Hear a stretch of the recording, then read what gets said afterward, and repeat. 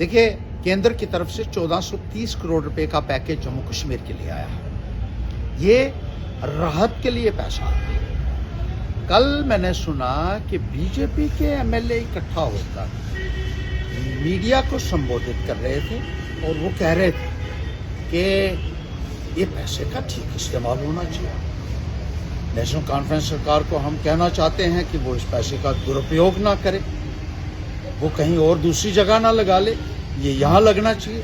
बड़ा टेबल थपथपा के बड़ी चिंता उनको हो रही थी जम्मू की कि ये पैसा जम्मू में लगना चाहिए। अच्छी बात है, लेकिन भाई साहब आप तो बहुत लेट हो गए ये बात कहने में। ये पैसा जो आया है ये तो पहले ही तय हो चुका है कि ये पैसा कहाँ कहाँ लगेगा।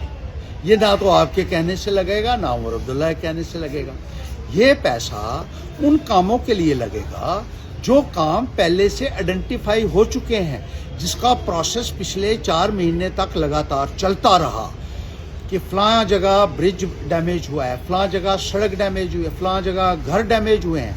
मैं बजाते खुद दिल्ली गया, नेशनल डिजास्टर मैनेजमेंट अथॉरिटी के अधिकारियों से दिल्ली में मिला, एक लिस्ट मैंने उनको दी थी ये काम है, और उसमें मैंने जम्मू प्रांत के ज़िलों के नाम दिए और काम जो मेरे नोटिस में आए थे वो सारे दिए।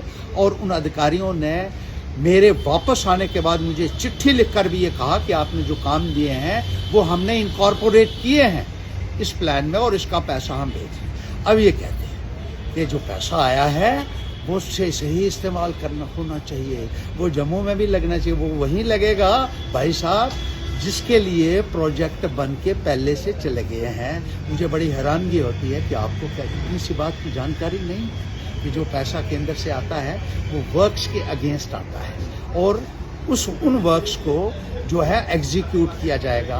अब आप लोगों को किस तरीके से मिसलीड करने की कोशिश कर रहे हैं, आपके ऊपर उपहास कर रहे होंगे, लोग भी हंस रहे होंगे कि किस किस्म की बात कर रहे हैं आप, और बड़ी जल्दी आपको ख्याल आए।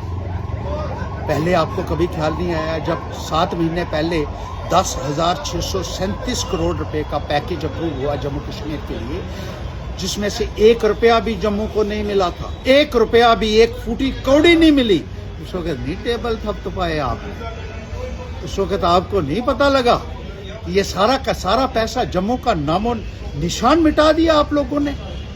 पहले तो कुछ मिल जाता था जम्मू को, लेकिन जब से आप लोगों ने जम्मू की नुमाइंदगी संभाली है, जम्मू पूरे तरीके से नजरअंदाज हो रहा है। जम्मू के लोगों की इतनी आपने मायूस कर दिया है, जम्मू के लोगों को इतनी रुसवाई हुई है आपके दौर में जितनी आज तक पहले कभी नहीं हुई होगी।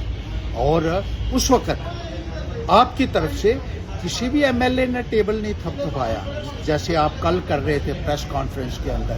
मीडिया के अंदर बयान देने से कुछ नहीं होगा भाई साहब, आपको आवाज उठानी पड़ेगी। और जिस तरीके से ये प्रोजेक्शन होनी चाहिए थी पूरी, जितना हमसे हो सकता था हमने किया।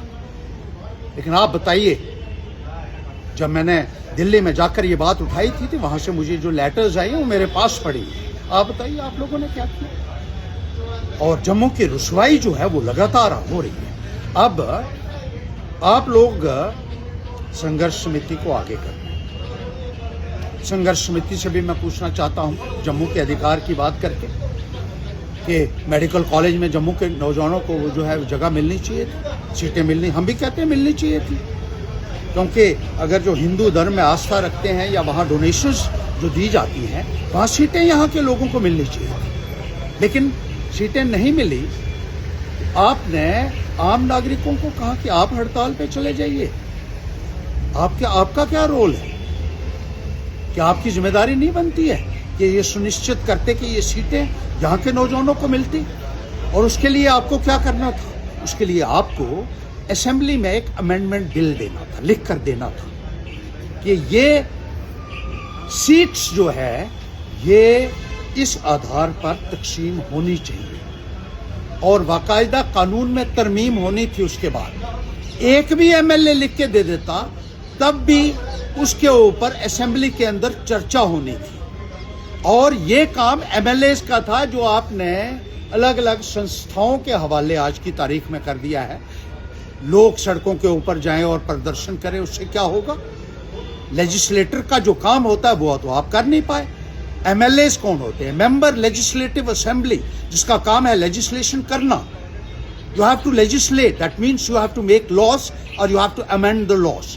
अमेंडमेंट बिल पेश करके इस कानून में तरमीम करनी थी कि ये सीटों का बंटवारा इस तरीके से हो, लेकिन एक भी MLA ने उस वक्त ये बिल पेश नहीं किया, लिख कर नहीं दिया। पहले 25 रहे, उसके बाद 29 रहे, लेकिन उसके बावजूद भी आप अपनी जिम्मेदारी को अदा करने में पूरी तरीके से असफल साबित हुए हैं। और जब जब भी आप लोगों को नुमाइंदा बनाया है जम्मू के लोगों ने, आपने रुसवाई किया है जम्मू को, और जम्मू के लोगों को हर बार सड़कों के ऊपर निकलना पड़ता है, चाहे वो यूनिवर्सिटी का मसला हो, चाहे वो एम्स का मसला हो। और आज भी हमें याद है कि बीजेपी का एक जो सीनियर लीडर था सबसे उस वक्त, उसने कहा था कि एम्स को कश्मीर से कोई नहीं छीन सकता है। तब हमने कहा था कि आपको एम्स लाकर दिखाएंगे, और लोगों ने जद्दोजहद यहाँ की और एम्स लाया।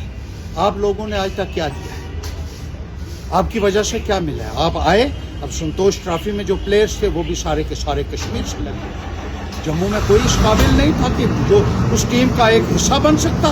और इसी तरीके से जो बाकी के शोबा हैं उसमें भी जिस तरीके से जम्मू को इग्नोर किया जा रहा है, उसका जवाब आपको देना पड़ेगा, यहाँ की जनता को देना पड़ेगा, यहाँ के आवाम को देना पड़ेगा।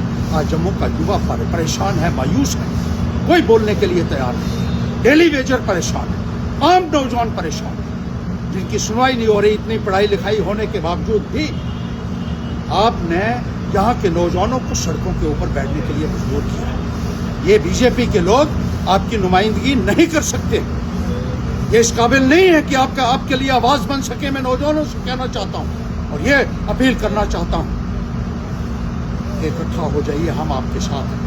हमने करके दिखाया है, अब करके दिखाने की क्षमता भी रखते हैं। जम्मू के लोग इकट्ठा हो जाएं ताकि लोगों को उनका अधिकार मिल सके।